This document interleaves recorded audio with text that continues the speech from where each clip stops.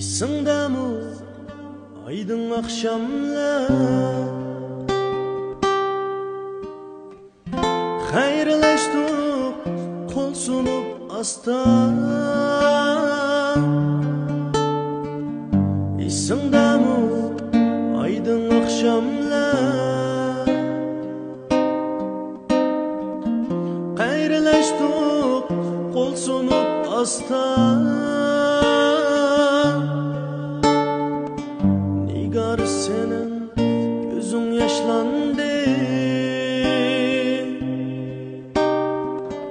Gitay dedi sen özün başta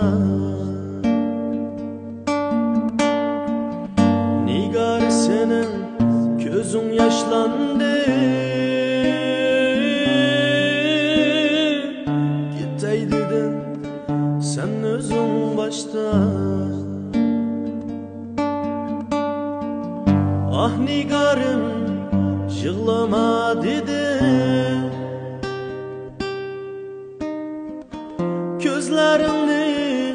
nemleme dedi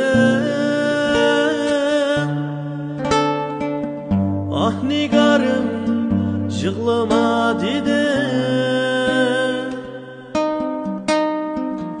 Gözlerini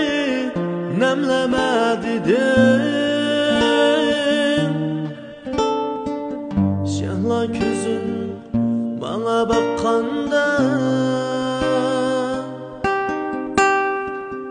Seni daim eslayman dedi Şahla gözün bana bakkanda Seni daim eslayman dedi Niçin bana ey güzel nigar Jiraklarga ketmen dedin Niçin bana ey güzel nigar Jiraklarga ketmen dedin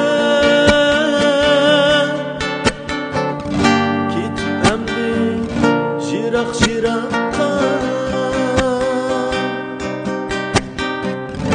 arzuyumga yetmen dedi Ketip emdi jirakka arzuyumga yetmen dedi Arzuyumga yetmen dedi Arzuyumga yetmen dedi